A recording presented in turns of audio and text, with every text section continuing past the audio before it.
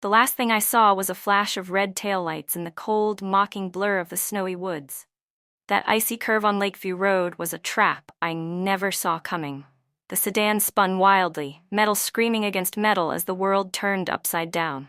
Snow blinded me, but through the cracked windshield, I saw him. My husband was running. He wasn't running toward the smoking wreck to pull me out. He was sprinting toward the tree line to make sure no one saw him there. I tried to scream his name, but my lungs were tight and heavy. The silence of the winter night swallowed me whole. I was trapped in a cage of broken glass and frozen steel, watching the man I loved disappear into the shadows while my life leaked out onto the white ground. He didn't look back once.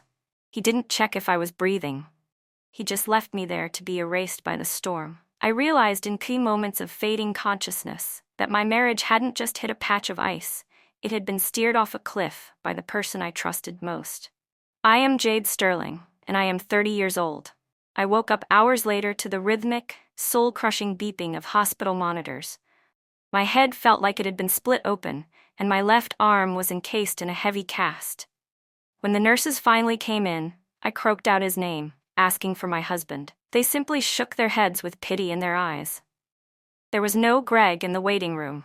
There were no frantic calls from him to the front desk, no questions about my surgery, and no inquiries about my survival.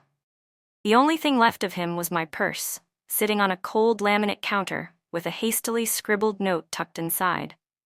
It said he had business to attend to, and would check on me later. The nurse told me he hadn't even stayed long enough to see if I would regain consciousness. I laid there in the sterile silence, the weight of his absence feeling far heavier than the physical pain of my shattered bones. He was gone because he expected me to be gone too. The hospital room felt like a tomb as I realized the depths of the desertion. When I asked the administration for the intake forms, my heart sank into my stomach. The hospital had no records of Greg checking in properly. He hadn't provided our insurance information, he hadn't shown his identification, and he hadn't left a contact number. It was as if he wanted to remain a ghost in the system. A stranger who just happened to be at the scene of a tragic accident. The person I had shared a home with for 7 years had treated my near-death experience like a hit and run. I looked at the white ceiling and felt a cold, hard knot of reality form in my chest. He hadn't just panicked, he had planned his exit. Every minute he stayed away was a minute he was using to distance himself from the wreckage of our life. I wasn't just a patient in room 402. I was a loose end he was waiting for the universe to tie up. My trust wasn't just broken. It was buried under that snow on Lakeview Road. Desperation forced me to move. I couldn't wait for him to show up with more lies.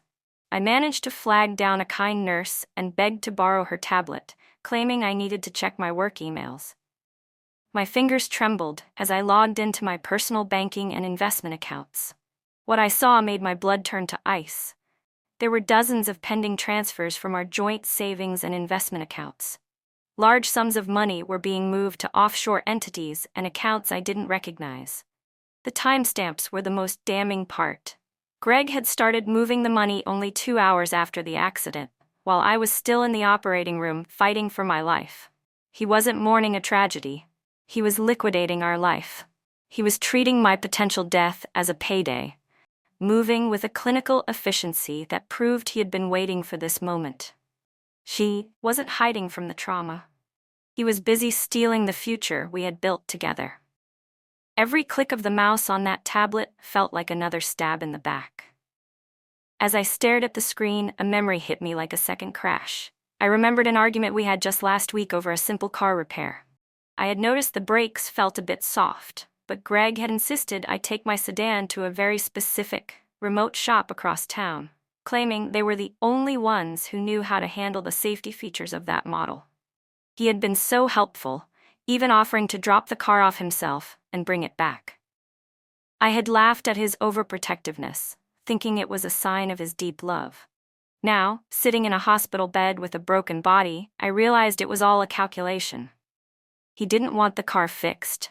He wanted it compromised. He had steered me toward that specific shop because he knew the repairs would fail exactly when he needed them to. Every "I love you" and every "stay safe, honey" over the last month had been a layer of camouflage for a murder plot. I had been sleeping next to my own executioner. The realization settled over me with a terrifying clarity. The brake line cut was deliberate. My accident had been orchestrated from the very beginning. Greg hadn't just gotten lucky with a slippery road, he had created the conditions for my demise. This entire nightmare, the money, the manipulation, and my struggle for survival, all hinged on one person's bottomless greed.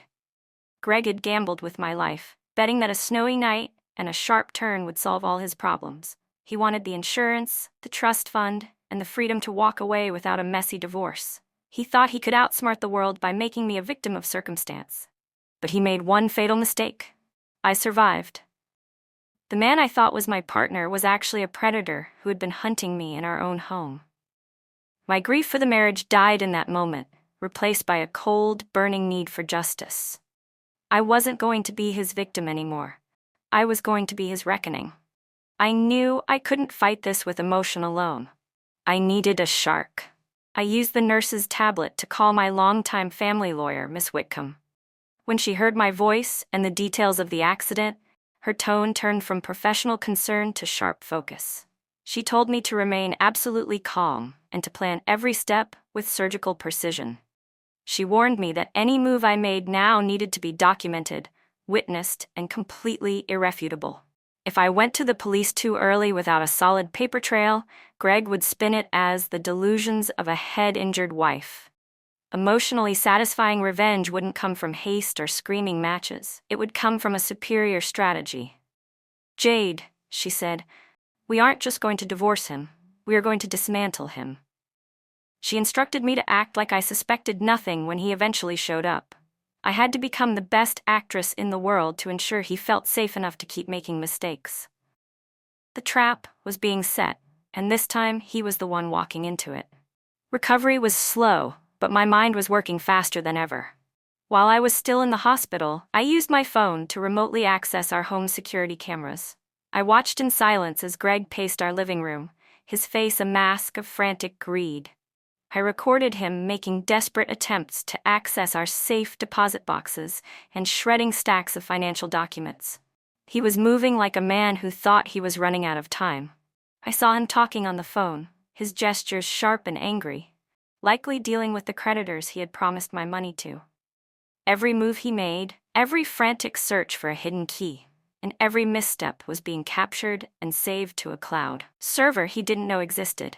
He was building the case against himself, one frame at a time. I felt like a ghost haunting my own house, watching the man I once loved pick apart my life like a vulture. But every recording was another nail in the coffin of his freedom. I was gathering the rope, and he was happily tying the noose. 3 days later, Greg finally showed up at the hospital. He walked into the room, wearing panic like a cheap perfume, his eyes darting around as if looking for an exit. He tried to hug me, but I played the part of the dazed, recovering victim perfectly. He didn't ask how I felt. Instead, he quickly pulled out a stack of papers. He demanded I sign documents to authorize transfers so he could pay for my medical bills and keep the house running. I looked him right in the eye, my voice calm and detached. I told him I wasn't ready to sign anything yet and that I needed to focus on my physical therapy. I was recording every single word and every veiled threat on a device hidden under my pillow. I could see the frustration boiling under his skin. He expected a broken woman he could steamroll. Instead, he found a wall of polite resistance. He left the room in a huff, not realizing that he had just handed me a recording of attempted financial coercion. As the days passed, Greg's mask began to slip more frequently. When I finally returned home, the charm was completely gone, replaced by a cold, sharp menace. He stopped pretending to care about my recovery. He began to threaten my family's reputation, saying he would tell everyone my accident was actually a failed attempt to hurt myself because I was mentally unstable. He threatened to ruin my career by telling my partners I had been embezzling. He truly underestimated me. He thought my trauma had made me weak, but it had actually sharpened my instincts like a blade. Every time he raised his voice, I stayed silent. Every time he made a threat, I made sure a microphone was active. My patience became my primary weapon. I let him believe he was winning. I let him think I was cowering in fear. In reality, I was just waiting for the pile of evidence to get high enough that he could never climb out of the hole he was digging. Miss Whitcomb was a genius. She helped me set a digital tripwire across all my remaining accounts. We worked with a private forensic accountant to flag any unauthorized transaction. If Greg tried to move so much as $1, the authorities and our legal team would be alerted immediately. Greg was arrogant. He thought he could act unseen because I was stuck in the house recovering. He didn't realize that I had regained control of the digital keys to my kingdom. He would log into his laptop at night, thinking he was being stealthy, while I watched the alerts pop up on my phone in the dark. He was trying to bypass security protocols and forge my digital signature, unaware that every keystroke was being logged by the software we had installed. He was a thief in a room full of glass walls, and he was too blinded by his own greed to see the people watching him from the other side. He thought he was the hunter. But he was already in the cage. Greg knew he was losing his grip, so he started a public smear campaign. He began spinning a narrative to our neighbors and mutual friends, claiming I was confused, paranoid, and possibly unstable due to the head injury from the crash. He would stand on the sidewalk and sigh, telling people how hard it was to take care of a wife who didn't recognize her own husband's kindness. He was trying to isolate me socially, to make sure no one would believe me when I finally spoke out. He wanted to regain control by making me a pariah. What he didn't know was that I had already reached out to our closest friends. I had shared small pieces of the truth with those I trusted most. Every lie he told to a neighbor was recorded and reported back to me. He was trying to build a wall around me, but he was actually building a fence around himself. The more he lied, the more evidence of his character assassination I gathered for the courtroom. The depth of his desperation became clear when I discovered he had contacted his creditors. He was promising to sell off our major assets that belonged solely to my family trust, once I was out of the picture. I found the email drafts and the logs of his phone calls. He was treating my life like a countdown clock for his debts. He was so sure he could manipulate the legal system to declare me incompetent that he was already spending the money he hadn't stolen yet. His entire plan was unraveling before it even truly began, because he couldn't stop talking. He was so desperate for a lifeline that he was admitting his intent to third parties. Miss Whitcomb and I just sat back and watched the paper trail grow. We had his intent, we had his motive, and we had his methods all documented in a neat black folder. Greg thought he was playing a high-stakes game of chess, but he was actually playing checkers against a computer. The biggest break came from an unexpected source. A neighbor who had always been a bit of a gossip unwittingly overheard Greg talking on his cell phone in our backyard. He was complaining to someone about the failure of the accident, saying that Jade should have never survived that crash. The neighbor was so disturbed by the coldness in his voice that she recorded the end of the conversation on her phone and brought it to me. That testimony and the recording cemented the premeditation angle. It wasn't just financial fraud anymore, it was attempted murder. Hearing his voice say those words, wishing for my death, was a final brutal blow to my heart, but it was the golden ticket for my legal case. I thanked the neighbor, took the recording, and sent it straight to Miss Whitcomb. The man who had promised to protect me in our wedding vows was now on record wishing I had died in a pile of twisted metal. The battle lines were now drawn in permanent ink. It was time for the counterattack. I quietly consolidated all the evidence we had gathered over the weeks. The security recordings of him shredding documents, the banking logs of his attempted thefts, the witness statements from neighbors, and the high-resolution photographs of my injuries from that night. We didn't do anything illegal. We didn't hack his accounts or break any privacy laws. We simply used the tools he thought he had mastered. I remained a ghost in my own home, moving with a silence that must have been unnerving. I was no longer reckless or fueled by raw anger. I was fueled by a cold, clinical need for restitution. Everything we had was undeniable. We had the before, the during, and the after of his betrayal. While Greg was busy trying to find a way to forge my signature on a new set of deeds, I was sitting in my lawyer's office, signing the documents that would end his life as he knew it. Greg finally realized he was being monitored when he tried to access a hidden offshore account and found it locked by a court order. He came home in a rage, confronting me in the kitchen. He tried to claim emotional distress, shouting that I was intimidating him and that his mental health was suffering because of my paranoia. He was trying to flip the script, using the same manipulation tactics he had used for years. I didn't yell, I didn't cry. I stayed perfectly calm and logged every single interaction on the recorder in my pocket.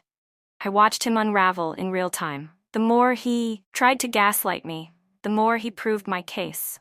Every attempt to manipulate me only strengthened the evidence of his abusive patterns.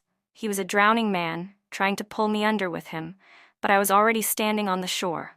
He eventually stormed out, realizing for the first time that I wasn't the scared woman he had left in that car. The stage was set for the final showdown.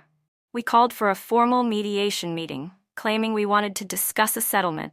Greg showed up with his lawyer, looking smug, thinking he was about to get a massive payout to go away.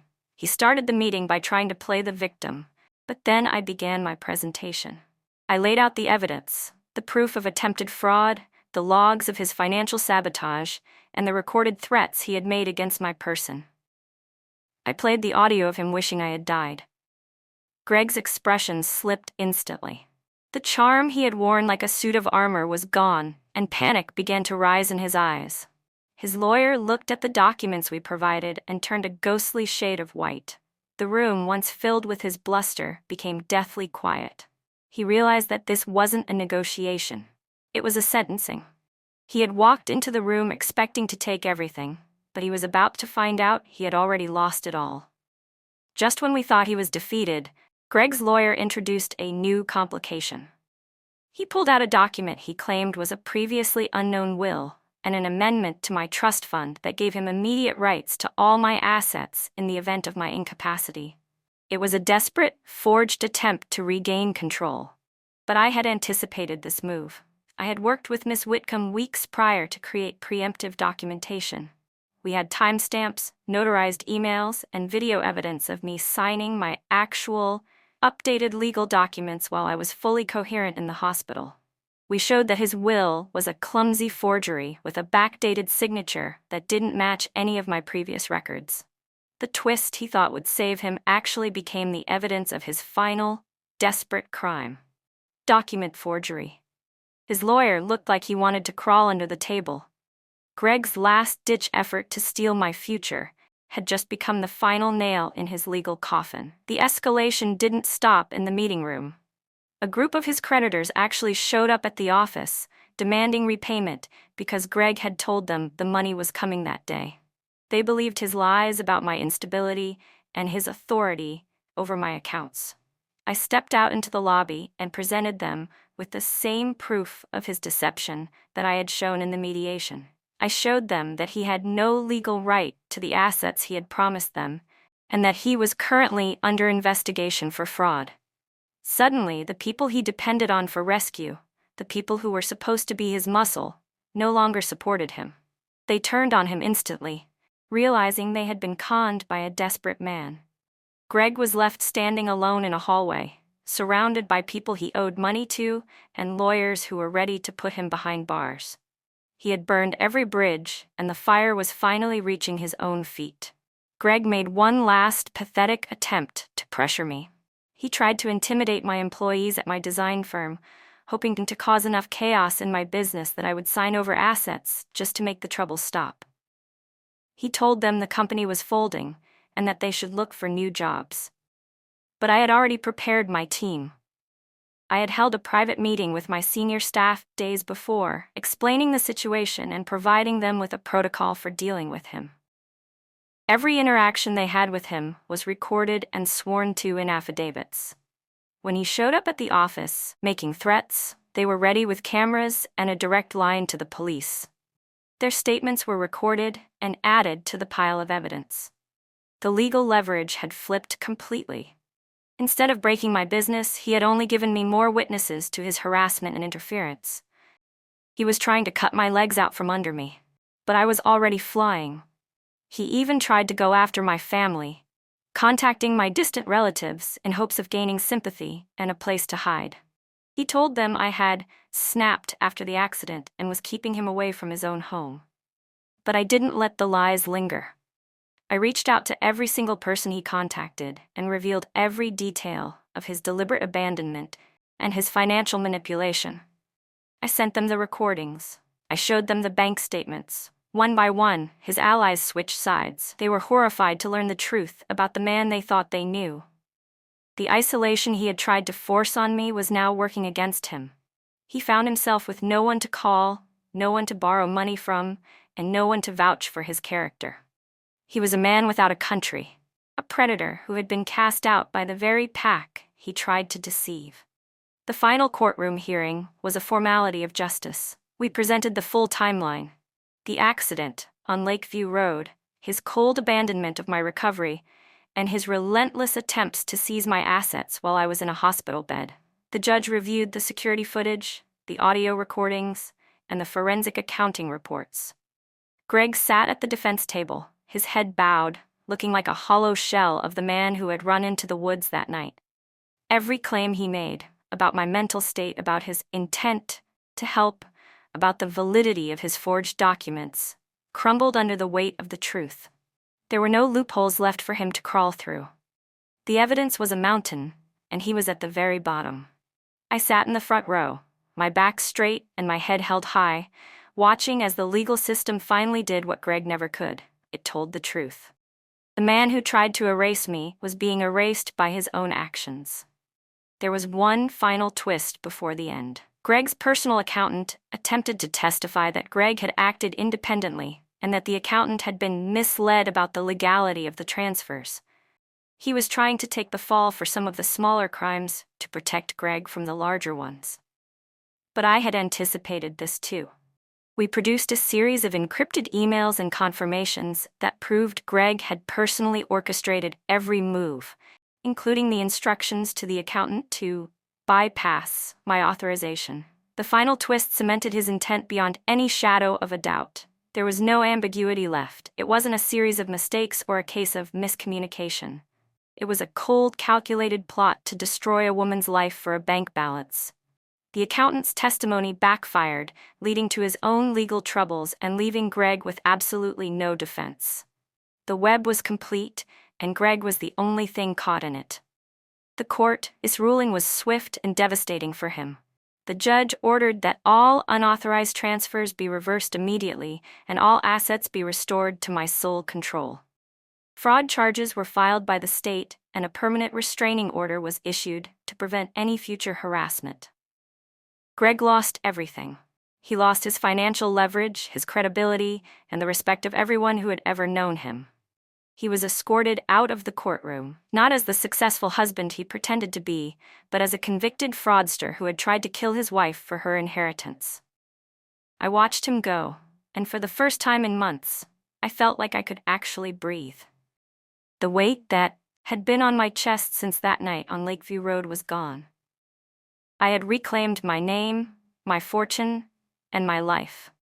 He had tried to take everything, but in the end, he was the one left with nothing but the consequences of his own greed. I didn't just return to my old life.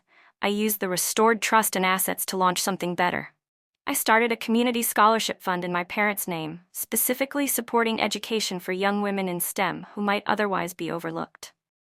Greg's downfall became the silent backdrop to my ascent. I am now respected, safe, and more empowered than I ever thought possible. I reclaimed my life through patience, morality, and an unwavering determination to see the truth win.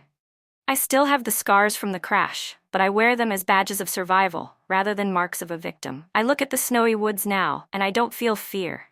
I feel the strength of a woman who walked out of the wreckage and built a kingdom. Greg thought he left me to die, but he actually just gave me the reason to truly live. Some doors deserve permanent locks, and I've finally thrown away the key.